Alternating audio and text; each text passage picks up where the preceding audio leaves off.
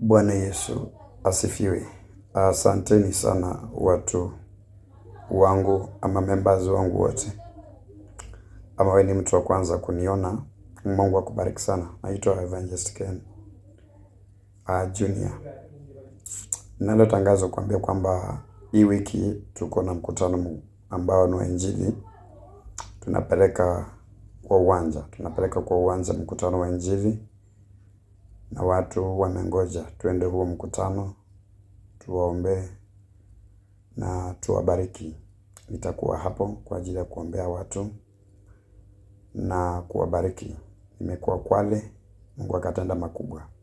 Nimerudi Mombasa tena, naomba Mungu atende makubwa. Naomba mtu wa Mungu ukiwa hapo, uwe baraka kwa huo mkutano na uwe baraka kwangu kwa ajili ya kunisupport kazi hii ya Mungu ambayo ninaifanya.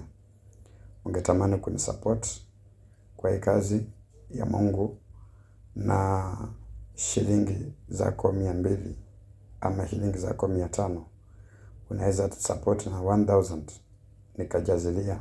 Maana kutoa vyombo kanisani kupeleka kwa uwanja ni gharama, na ukifika kwa uwanja kuna kulipa stima, na ukifika kwa uwanja kuna kulipa huyo mlinzi wa kulinda hizo vyombo vyako.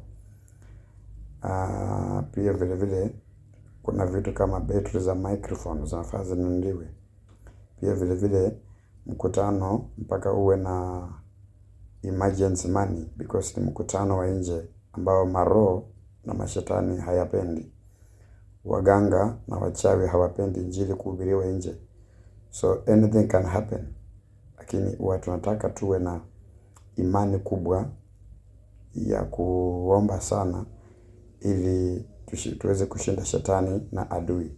Na pia vile vile tunafaa tuwe na pesa mfukoni, ambapo unaweza nunua kitu kama bulb ikichomeka, unaweza nunua socket fulani ama switch fulani ambayo ingehitajika kwa ground. So I need money kutoka kwako. Naomba unisupport my brother, naomba unisupport my sister kwa kazi hii ya Mungu ninayoifanya.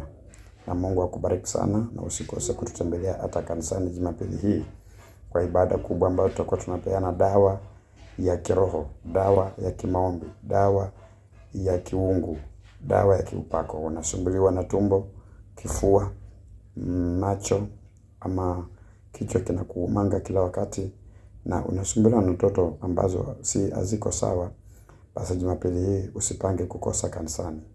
Nakukaribisha, njoo na mtu na utaombewa na utafunguliwa.